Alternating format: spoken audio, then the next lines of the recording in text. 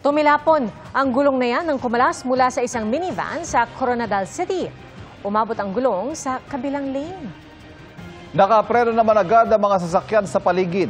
Mabutit walang nadisgrasya sa nangyari. Paulit-ulit na paalala ng otoridad, tiyakin na nasa maayos sa kondisyon ng mga sasakyan bago bumiyahe. Ngayong National Day of Remembrance, nagpaalala ang mga biktima at survivor ng mga road crash na isaalang-alang ang kaligtasan sa kalsada. Sa La Union, nagimbal ang mga pasahero nang biglang matanggal ang kambyo ng isang bus sa gitna ng biyahe. Narito ang report.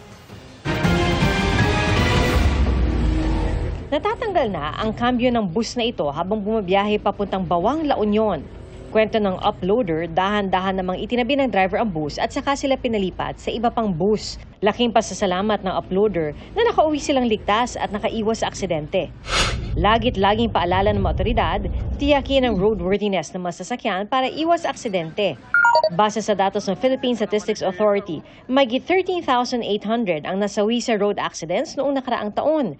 Higit na mas mataas kumpara sa naitala noong taong 2023. Ang mga biktima at survivors sa mga road crash, panay ang paalala sa road safety. Mula Quezon City Circle, nagmarcha sila patungong tanggapan ng LTO kung saan nag-alay sila ng kandila at misa para sa mga namatay sa road accidents. Remembering the past, kung ano yung kahalagahan ng nangyari, dapat matuto tayo doon. At the same time, sa pagpapahalaga na to na matuto tayo sa mga road crashes, this will ensure that we will safeguard our future in terms of safe or road safety. Tumaas ang tensyon sa rally sa People Power Monument nang dumating ang isang grupo bitbit ang mga banner na nananawagan ng pagbibitiw ni Pangulong Bongbong Marcos. Mula sa White Plains sa Quezon City, nakatutok live si Jonathan Anday. Jonathan. Ivan, yung grupo ni Ka Eric Celis na Marcos Alis Movement, yung dumating dito na may banner na BBM Resign. Ang sabi niya kanina, ayaw raw ito ng mga organizer dito sa rally na ito sa People Power Monument. Narito ang kanilang sagutan. Lahat tayo gusto natin bumaba si Marcos. Let's not prevent anyone from doing that. If you will insist to take that... Hindi, wala. Ang tanong namin, sir, ano ba yung dala nyo? May dala ba kayong plaka? Marcos resign. Pagdating ng grupo nila Celis na nagmarcha galing daw sa EDSA Shrine, bumarikada ang QCPD para humarang at maiwasan ng gulo. Dahil sabi raw sa kanila ng organizer, hindi nito kagrupo sina Celis. Pero sabi ni Celis, inimbitahan sila rito ng isang dating kongresista.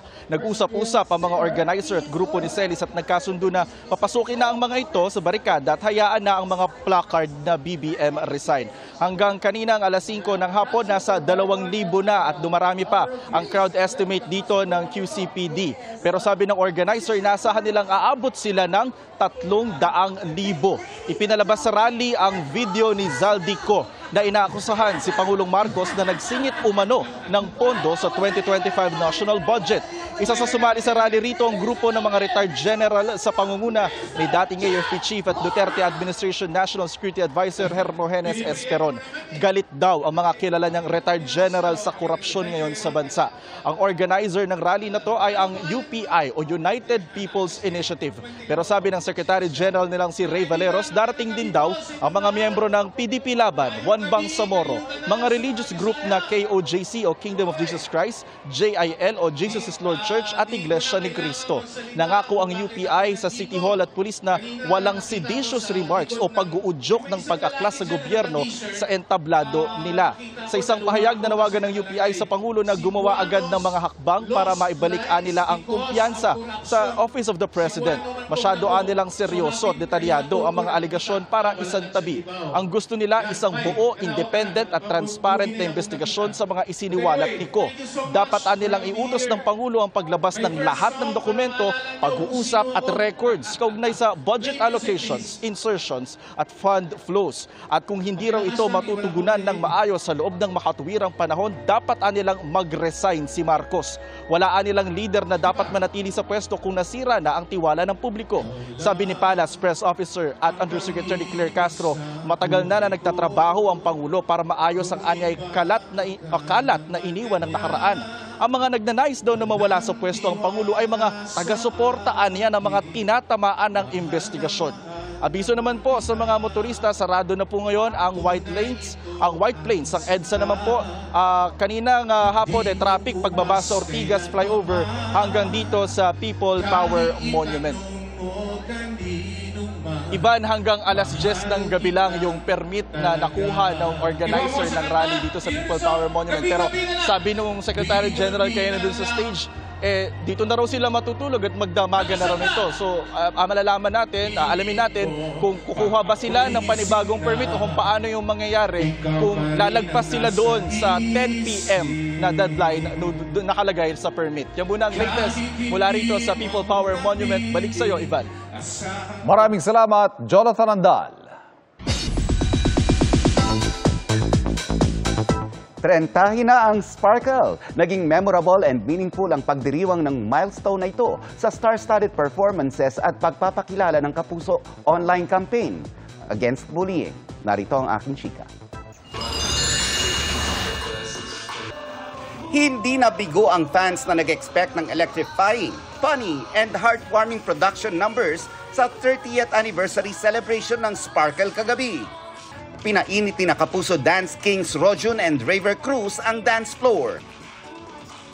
Hindi rin nagpahuli si Kapuso heartthrob Miguel Tan Felix. Si Kapuso drama princess Barbie Fortesa nag-ala Taylor Swift sa kanyang prod number. Powerful naman ang song and dance performance ni Jillian Ward. Humataw rin sa dance floor ang mga new gen sangre.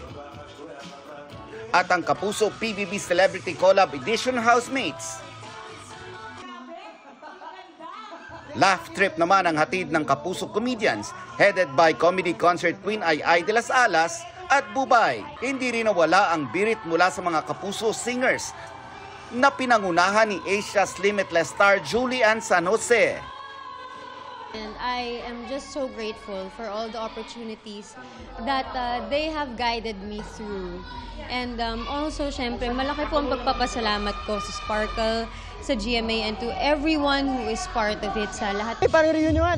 Ang dami ko nakita sa backstage na hindi ko pa nakikita ng mga 1 year na.